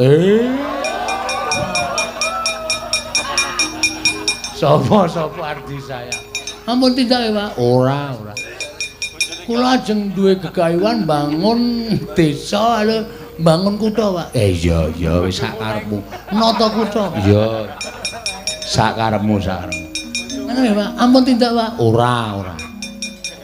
Lho Pak nggih. Kula niku nek Bapak tidak kula niku ternyo. Iya tuh. Apa ning ngerti ra? Njaluk duit biasa. Biasa arek njaluk. Pak, kula sayang kali Bapak. Kula niku nek dina ora diparingi Bapak niku rasane teng awak greges-greges. Ngandel ora. Sesuk tak paringi kaya neng sarung isih anyar. Sesuk peken. Matur nuwun Pak. Ning sarungan niku nek mboten gawe topi nggih panas Pak. Ngomah kaya ana pecis. Peken aja kuwatir. Nganggo peci nganggo sarung ora kelambenan Pak. Bocah pintere raja macam. Kae isih ana bathik. Sesuk peken Nganggo bathik nganggo topi nganggo sarung ora mangan ngelih Pak. Sesuk tak paringi panganan. Panganan nek kesole ngekek mambu Pak. Ya sesuk jajan. Jajan nek ora nggo dhuwit ora iso jajan Pak. Ngandel ora. Ngapa kowe? Teknike dhewe-dhewe kok do. Mbaya men kei ya Pak. Iya tak kei. Anak sing paling tak tresnani iki mung kowe aja kuwatir tak paringi. Kakang Semar yen to pancen mengkono Pandhawa bakal tedhak ning Karang Kadempel. Mbiyantu lawan Kakang Semar apa dene Bagong nggone bakal mbangun desa nata kutha Kakang. Matur nuwun nek ngoten. Kowe kula dherekaken sami rawuh enten Karang Kadempel, Ndara.